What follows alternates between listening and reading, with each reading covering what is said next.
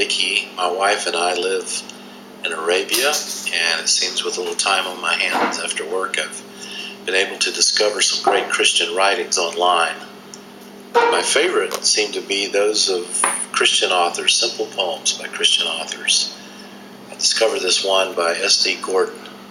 His name is Samuel Dickey Gordon, and he lived from 1859 to 1936 in the city of Brotherly Love, Philadelphia, USA.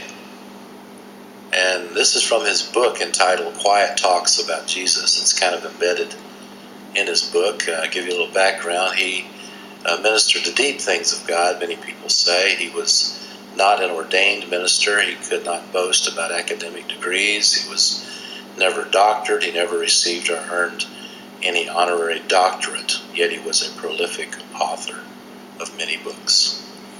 He was an itinerant speaker and did not consider himself to be a preacher. His theological concepts he obtained simply from his Bible by reading and studying. He was a plain man, controlled by a deep desire to edify God's people. He won the respect of the learned and at the same time the affection of the simple. I'm going to read this, but before I begin, this is a quote that he had in his book right before he wrote this poem or published this poem. Here's his quote. He, being God, sits at life's loom, ever watching and weaving. Were he but recognized more often, and his hand allowed to guide the skein, how different the weaving would be. So I'll now read the poem. It might be called, for lack of a title, since there isn't one, it might be Children of Yesterday, Heirs of Tomorrow. So this is the poem by S.D. Gordon. Children of yesterday, heirs of tomorrow, what are you weaving, labor and sorrow? Look to your looms again.